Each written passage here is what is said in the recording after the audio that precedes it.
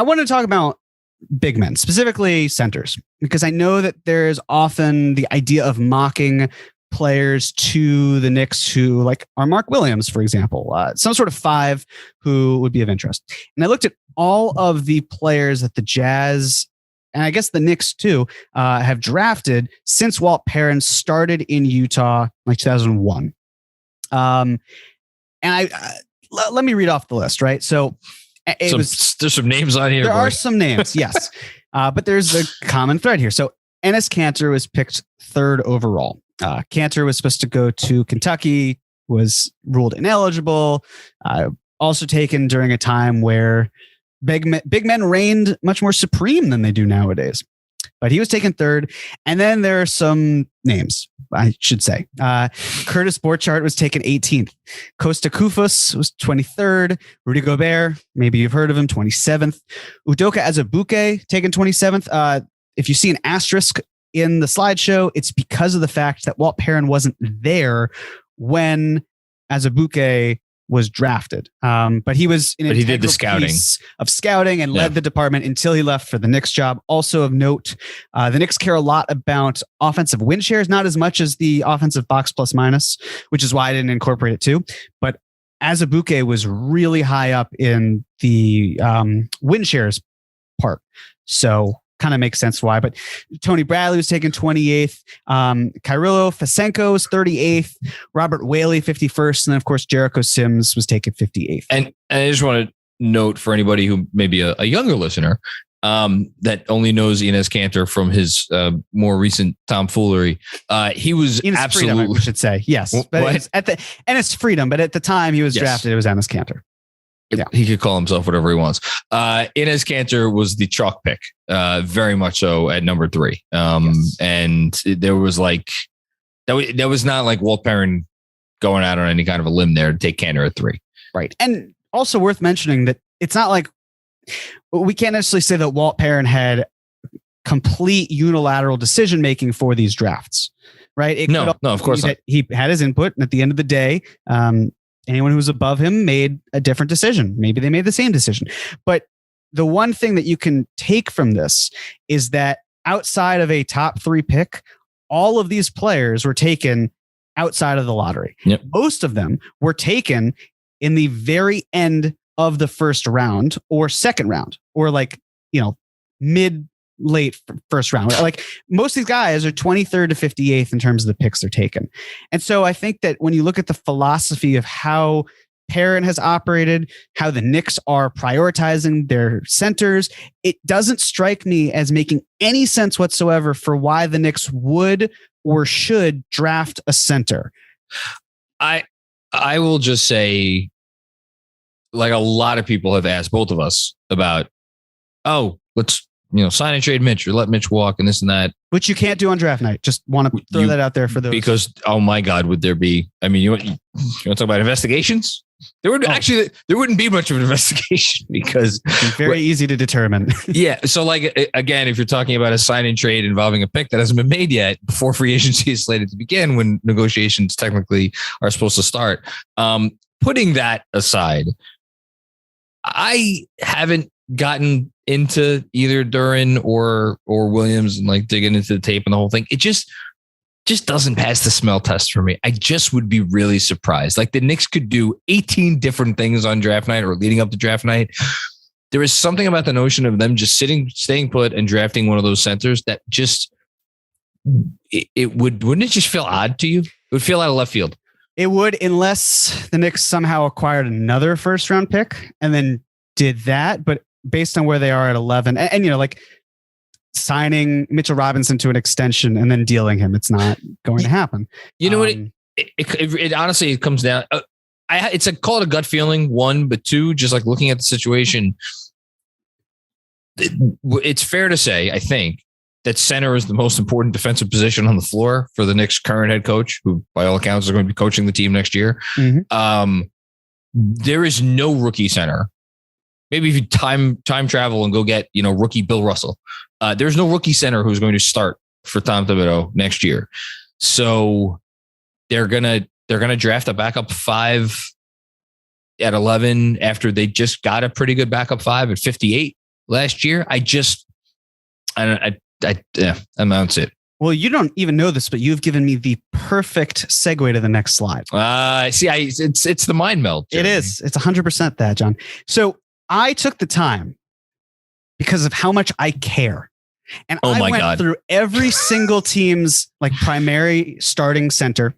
And there are like 28 of them that really have deployed actual full-time centers. But I looked at each of them and I looked at the first year of their career when they actually were like bona fide, legitimate, unquestionable starters. And then I also looked at the pick that they were taken at and went from there. I don't know. I shouldn't take over your presentation. I almost want to start with the first year starting column because that to me, like there's only 1, 2, 3, 4, 5, 6, 7 centers that started as rookies that are currently in the league. And one of the 7 is Jeremiah Robinson Earl. And that was like the most fake. Yes. I mean, like he's barely played the Thunder just not prioritizing wins. Like any other team, he would not be anywhere close to starting all these. No. And you look at the guys who started in their first year, Dwight Howard, first overall pick, Karl Anthony Towns, first overall pick, Kristaps Porzingis, 4th overall pick, but like for an organization that was going nowhere fast. And like, of course they were going to start him from day one. DeAndre Ayton, 1st overall pick. And then so even if Porzingis started the 4 initially, still like the point is that now he's transitioned to more of a 5 and like he was a top 4. He was picked 4th overall. And Brook Lopez, by the way, even though Brook Lopez was, I believe, the 10th pick in the draft, 9th or 10th, whatever it was, he was seen as one of the most polished big men coming out of school that had come into the league in some time. There was a maturity about Brook Lopez, even as a rookie, that you don't often see. So again, that was like not a stretch to put him in the starting lineup from day one. Exactly. And then, like there's someone like Joel Embiid, and I struggled with what year I say he started, right? Because it was his 3rd season, but it was the first he was playing. So I said it was the 3rd year, but that's really not, I don't know if that's the most fair thing to say because he had 0 NBA experience before. Yeah, but he was seen, but he was a top 3 pick. He would have gone 1st overall, most likely, if not for any concerns of the injuries. And I think if you even look at the guys who started in their 2nd year, it's like Nikola Vucevic, he was taken 16th overall. Jarrett Allen, he was taken 22nd. Drummond, Isaiah Stewart was taken, right. Isaiah Stewart was taken 16th. And yet if the Pistons were better, would he be starting? I'm skeptical of that. So, and it's also like you can start, but are you going to be good in that year? Because it usually takes these guys like 3-4 seasons, if you're not a top 3, 4, 5 pick overall, to A, become a consistent starter, and B, become a consistent starter who's good. And when you look at the Knicks, like it took Mitchell Robinson 3 years and he unfortunately was hurt. But like the 3rd season was the year in which he was finally viewed as the guy that they are going to start and rally around. We should say that, like, if you're thinking back, like, wait, hold on. Mitchell Robinson was the best thing about the Knicks the year he was a rookie. Yes, because that Knicks team was the most dog shit piece of talent ever assembled on a basketball court. And he showed flashes of brilliance.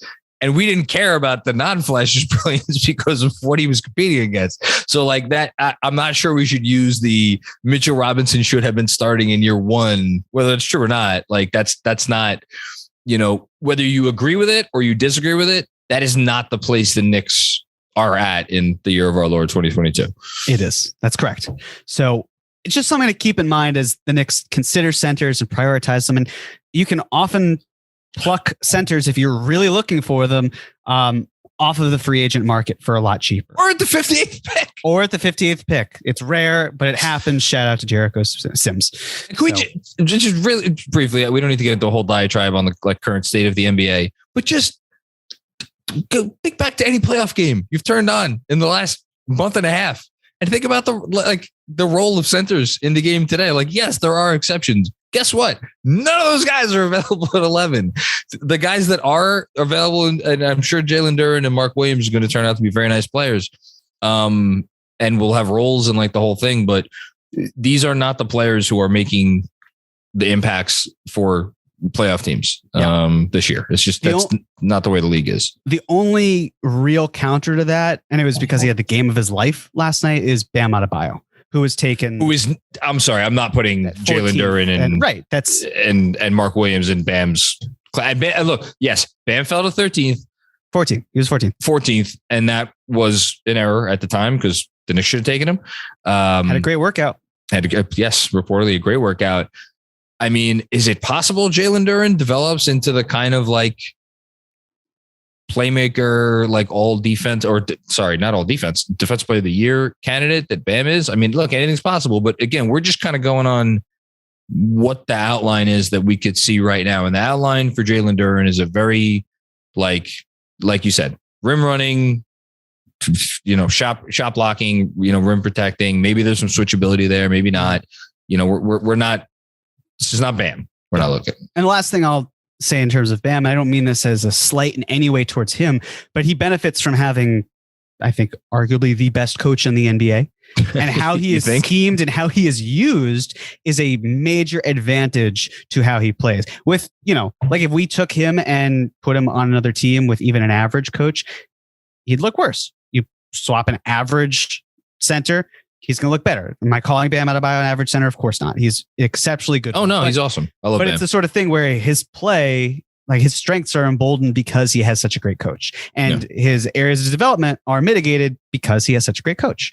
So just kind of an interesting way to look at the big men and why I just don't see them going with 1 at 11. I'd be shocked, and I'd also kind of be annoyed, like borderline pissed if they took their 11th pick overall and applied it towards a center based on how they use their centers. Allow me to play devil's advocate for half a second, even after everything I just said over the last several minutes.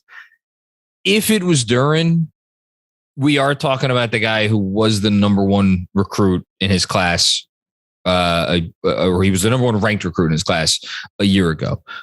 Walt Perrin's very good at his job.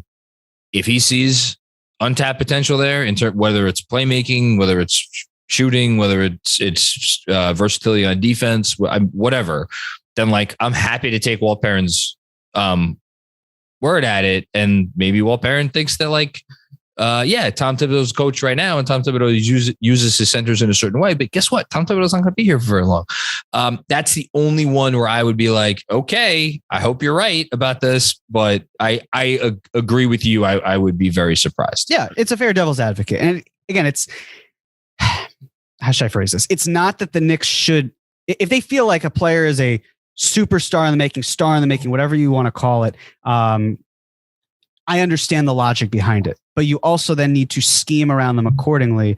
And if they're not going to fit in that way and you're not going to show how they fit, then how are you treating them as a player on the court? How are you treating them as an asset in a potential trade? It's like James Bouknight, right? He was taken 11th overall last year, right? Yep. What's his value right now based on not playing, but also when he was playing, maybe not maximizing his potential and showing what he can do? Oh, he's worth probably a late first right now. Right. So that's kind of the thinking where it's how, and other teams can see, okay, well, we saw what the Knicks didn't see or don't see, for example, but then if that's the case and there's another player the Knicks have and another team wants to maybe take a player like Jalen Duren and go after him, then maybe the Knicks can look into some sort of trade. But this gets into, and I would imagine we'll probably touch on this at some point. This gets into really the biggest question about this pick, which is, who is this pick for? Is this pick for the Knicks for the next 10 years? Or is this pick for the Knicks for showing the best asset for the next year or the next 18 months or the next 6 months? It's like, and maybe there is no difference between those two things. I don't know. But if you're going to take a guy like Duren and you're going to play him 10 minutes a game or 12 minutes a game, whatever the hell it is, over the next year, well, then you are acknowledging that the value of that selection will go down in the next 12 months. And you have to be comfortable with that. Again, that depends on what they're doing here, what they want to get out of this. And we can't answer that question sitting here right now. Yeah. Well, again, mind meld, because you talked about the value, and I just wanted to bring this up where Kevin Pelton had a few years ago he tweeted, "Here's an updated version of my draft pick trade value chart that takes into account this year's increase in salaries for first round picks. As always, note that this reflects what picks should be worth based on historical outcomes. In practice, teams pay a premium to move up." Teams pay a premium to move up. So let's quickly look at the draft pick trade value chart. The first overall pick. Again, this is a little dated by 4 years, but it still is the same themes that are going to exist. I also a lot of data, but I also wonder. So he's going off historical, like there is data to back this up, and perhaps we should be focusing on that data, and he's smart to do so. But in the back of my mind, I'm like, every draft is different, which again, everybody knows that. Yeah. Yes, but if you average things out, I know. Then you can get a better sense. So he gives 4,000 picks to the first 4,000 points. 4,000 points. 4,000 points, the first pick overall. And then the second has 3,060. So that's a drop of 940 points just from 1 to 2. And again, you could look at like Kevin Durant versus Greg Oden. But then you could look at a lot of other drafts where the first pick was great and the second pick was not. And then the third pick was even much better than the second pick. So, but then the third pick's 2640, the fourth, 2420, the fifth, 2270. Like it keeps going down, obviously, because it's the draft. But then there's a certain point in which the drop off is almost negligible, right? And as you're saying, each draft is different. So maybe there's a team that is picking, let's say 15th, and they see that they're going to get 1,400 points out of that pick. And they see the Knicks picking at 11th and it's 1,750. And for them, it's like, well, it's not 350 points in this chart that matters to us, right? Like we think this player is much higher than that and we want to take a swing at it. And then they package, say 15, and maybe it's an asset of whatever asset it is to get to 11, take that player. They could, but it's just a matter of historically speaking as well, when incorporating that, is it worth it for them to make that move? So immediately my mind goes to someone, Oakster, I think it was, added us on Twitter with actually a pretty creative fig trade that we don't have to get into right now, but it was something built around basically like Randall and 11 and the Dallas pick. I think he threw Cam in there as well. But you could look at Cam as like a first round pick, I guess. I don't know. A lot of on-court evidence there too. For Harrison Barnes and number 4 from Sacramento, we don't have to get into the salary angle of it, but just like, and even put the players aside for a second. Because you could argue that like maybe the Knicks want Harrison Barnes more than Julius Randle. Like 4 for 11 and the Dallas pick. What's the Dallas pick going to be next year? I don't know. What's it this year? It's 26? 25. Yeah. 25, 26, 27, something like that. By points, that's a fair trade, or it's actually a good trade for the Kings, because the Knicks are at 1750. Something in the low 20s is enough to get you over where the 4th pick gets you to, which is 2420. At the same time, I don't think the Kings are making that trade, but who knows? Well, think about it like this. If a team had the 6th and the 7th picks in the draft, and then offered it to the team that had the first pick overall, team is trading down. Right. Yeah. But I'm saying, theoretically speaking here, right? Like, even though it's 4,280 versus 4,000, right? The team with the first picks say, no, we're going to stay with our 4,000, because in the NBA, unlike a lot of other sports, especially football, quality is greater than quantity more often than not. It is in this, and that's why one of the interesting things about this draft in particular, I don't think anybody thinks the Knicks are going to trade into the top 3. Maybe you don't think the Knicks, but I think there will be talk and rumors and things starting about number 4 and potentially with like number 7, and like where does the drop off begin? It's one of the big questions. Yeah, it is. Let's talk about trading into the top 5. I love this stuff. I love looking at history. Yeah, I looked at dating back 2001 again. Walt Perrin, I figured that would be a good benchmark. So there are 6 examples of trading in to the top 5 for teams that didn't have a top 5 pick to begin with. Okay. 2000. Well, I guess 7 examples over 6 years. 2001, there were 2. It was the second pick overall and Brian Skinner for Elton Brand. The second pick was Tyson Chandler. Then it was the third pick, which was Pau Gasol, Brevin Knight, and Lorenzo Wright, may he rest in peace, for Sharif Abdur-Rahim and the 27th pick. Can we go back and talk about these after you go through them? I just wanted to go. Let's go year by year. Let's talk about these 2 picks. These 2 things. Yeah. Who do you think it was worth it for the most? So Brand was good. Brand was a very Brand good was player. Really good.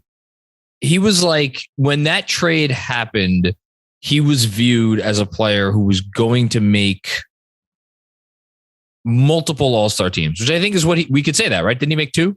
Yeah. I think he made 2. I think his career probably underwhelmed based on because he was like, he was just, you write it down, 20 and 10 every night for a Bulls team that was not good. So like, I think they made that trick with kind of like a restart in mind. Like, maybe we're getting the better player, maybe not, but like we're really leaning into all the high schoolers because that was the same draft that they took Curry with their own pick. So, and then Abdur-Rahim, like people don't remember how good Abdur-Rahim was. And he actually made an all-star team with that first year with the Hawks. Like those guys were good. They were really good players and kind of young too. Well, Brand was very young. Abdur-Rahim was like, maybe 25, 26, something like that. Yeah. And, the third pick being Pau Gasol was then traded to the Lakers. So it's not like the Grizzlies even benefited as much. They had their moment, they still obviously had the grit and grind era, but those were the 2 picks, the 2 trades that were done in 2001. 2004 was the 5th pick, which I want to say was Devin Harris. That was Devin Harris. And Christian Laettner and Jerry Stackhouse for Anton Jamison and Cash. The thing to keep in mind for these is there were good players that were being involved here, right? With Jerry Stackhouse and Anton Jamison.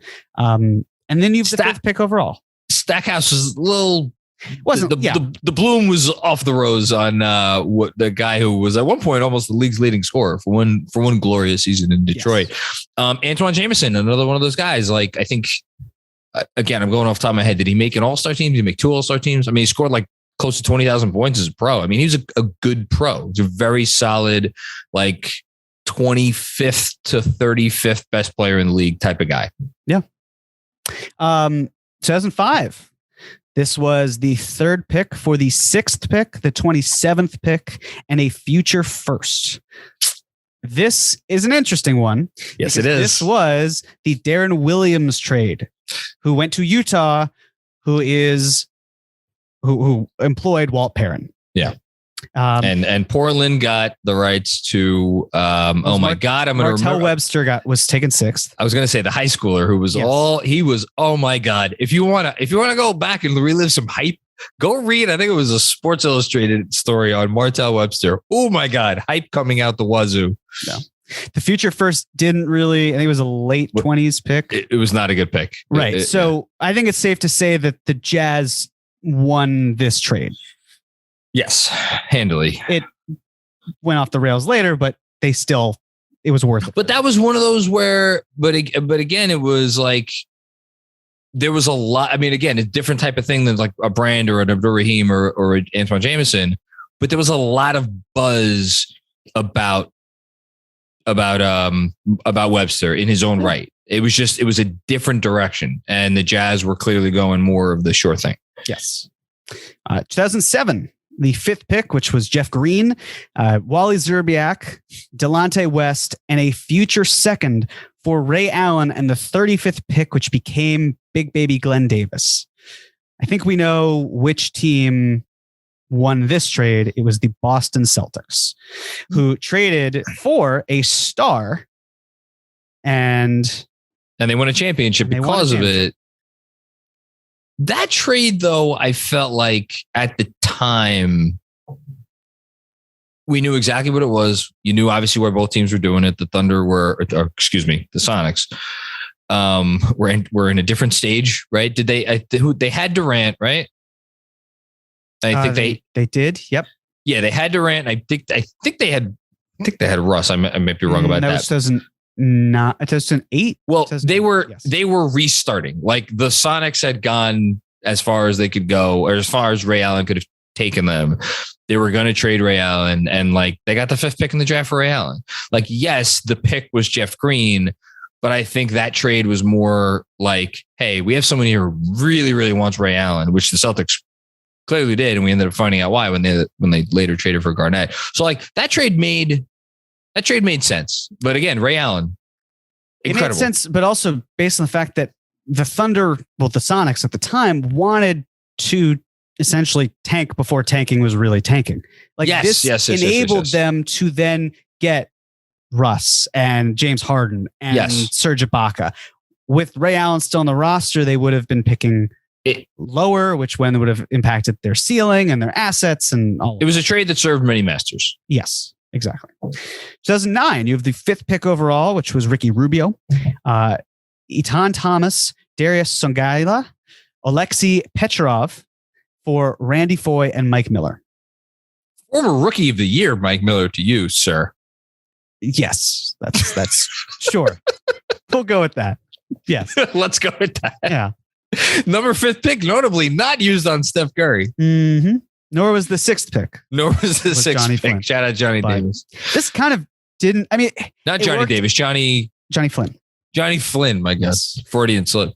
Yeah, I'd say overall this worked for the Timberwolves, but it didn't work a whole lot well.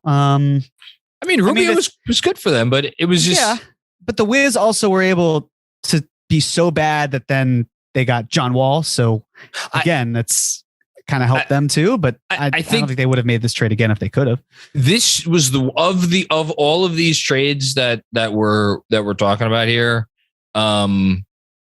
I think this was the trade that made the least, by far, the least sense, with probably the Jameson for Devin Harris one being the runner-up. I think this was the trade that made the least sense on its face when you're like, wait a minute, they're trading the 5th pick in the draft for Randy Foye and Mike Miller. Like, yeah, it's a talent upgrade today, but would you compare Foye and Miller to like the players that we're talking about, Brand, Abdur-Rahim, Jameson, Ray Allen, like it's not really of the caliber what you usually expect to get for a top 5 pick.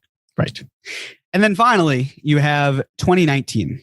You have the 4th pick overall, which was DeAndre Hunter, the 57th pick, which it was a 57th pick. It wasn't a Jericho Sims type situation. His name. It's not a notable player. Whoever was drafted 57th, you're not as notable.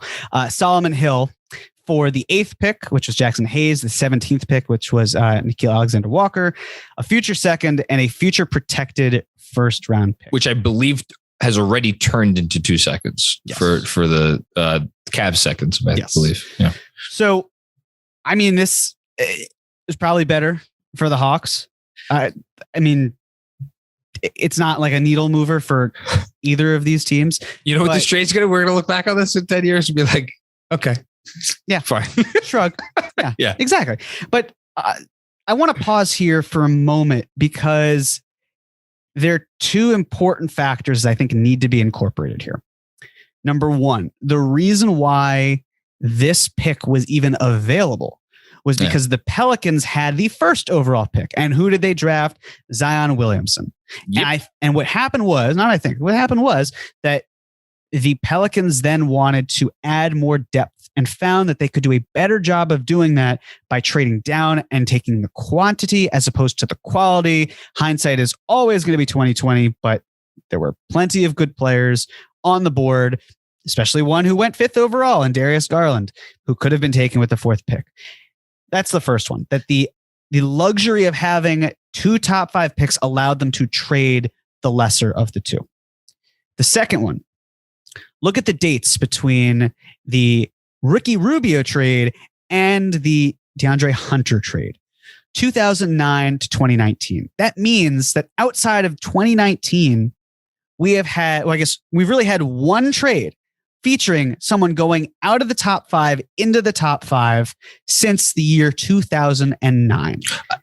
It just goes to show that there is a huge emphasis on draft picks, one that I believe the Sixers did a phenomenal job of exploiting. And then when the NBA felt that they were finally getting ripped off, that they realized how important their picks are, and they have since kind of tightened their belts and they have been much more cautious about dealing that talent.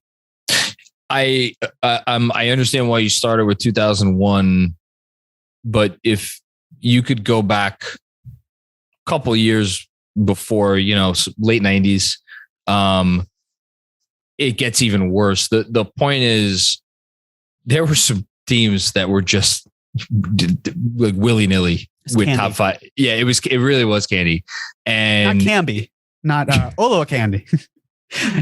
Candy. No, but see, that's the thing, as I think, maybe I don't, look, again, this is a subject for a different podcast. Was it that teams just felt it was more of a crapshoot and they didn't devote the resources to this stuff? Was it like, GMs, as you always talk about, GMs with jobs on the line are going to make self-serving interests. Like, hey, we could get a better player today that can help us win now. That's going to help me keep my job for longer.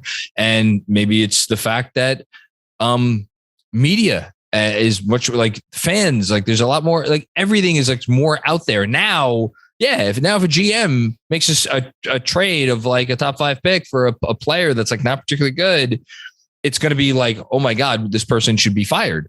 That wasn't really.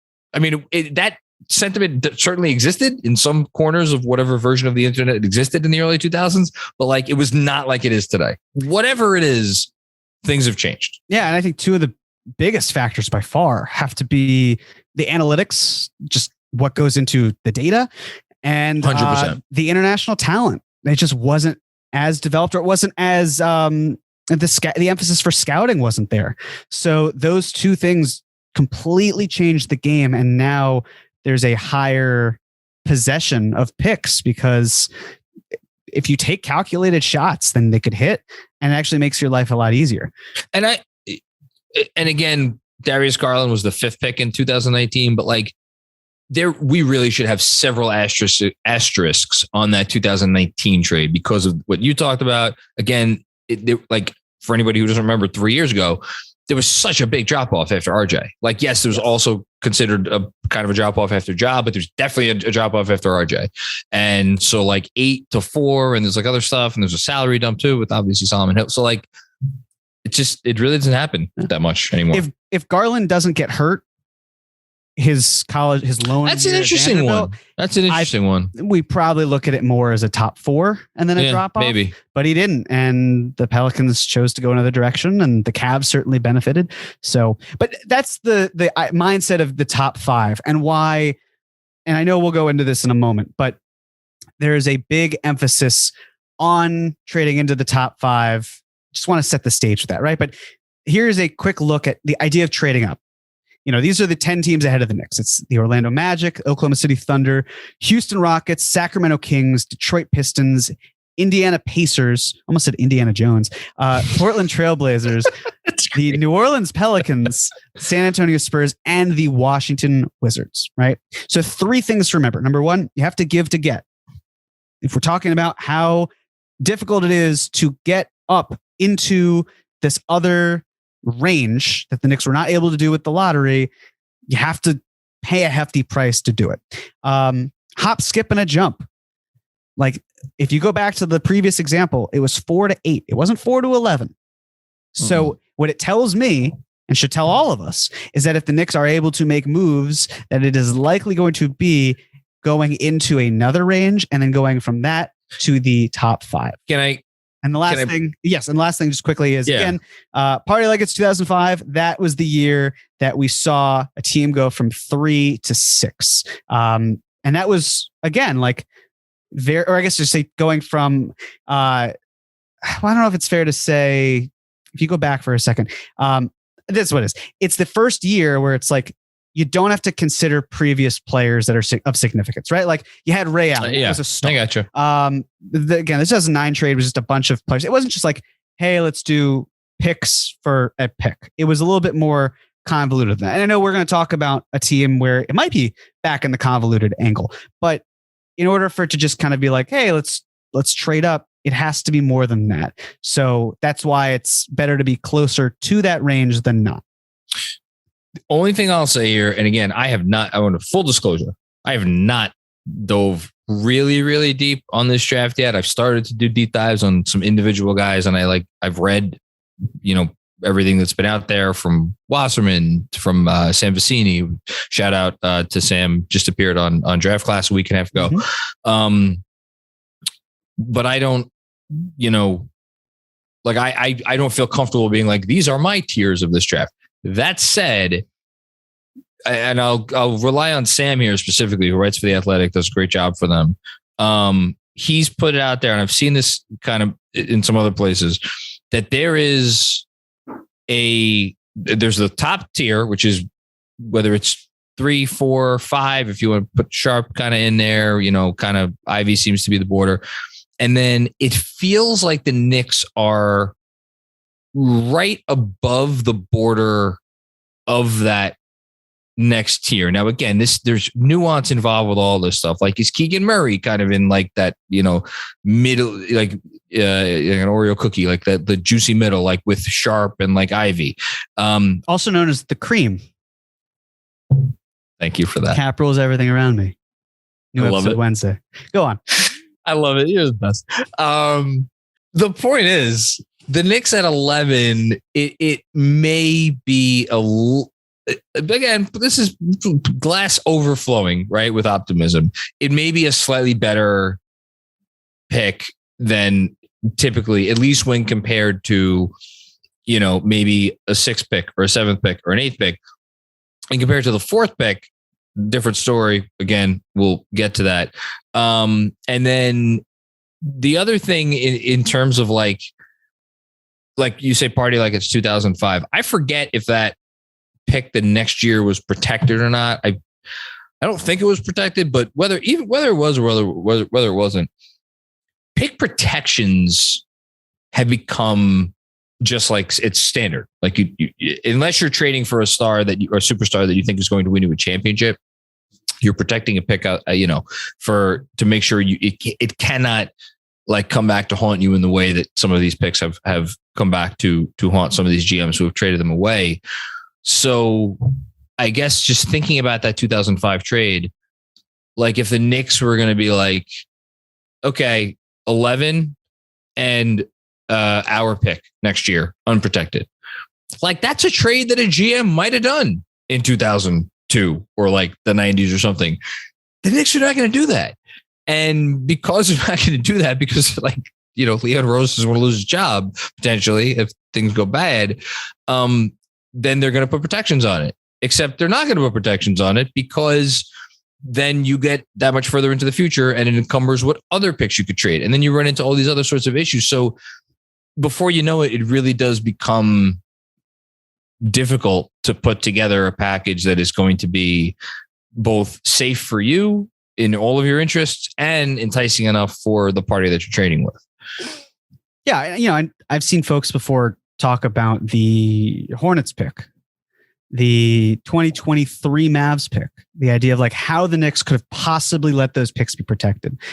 And again, I think for the Hornets pick, even though it's kind of moot because it's now traded for Cam Reddish, where it was like, yeah, the Knicks were comfortable with it not occurring this year, even though I'm sure they would have liked to have it unprotected. And if it did come to fruition, they could have used it in some manner, but like in consolidation, moving up.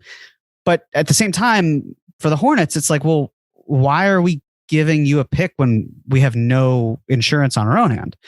No. Same with the Mavs. Like, look at what the Bulls did. They had to send out protected picks, and it has still affected everything that they're able to do because with Vucevic and with DeMar DeRozan, but it's still standard practice. That's just how teams protect themselves.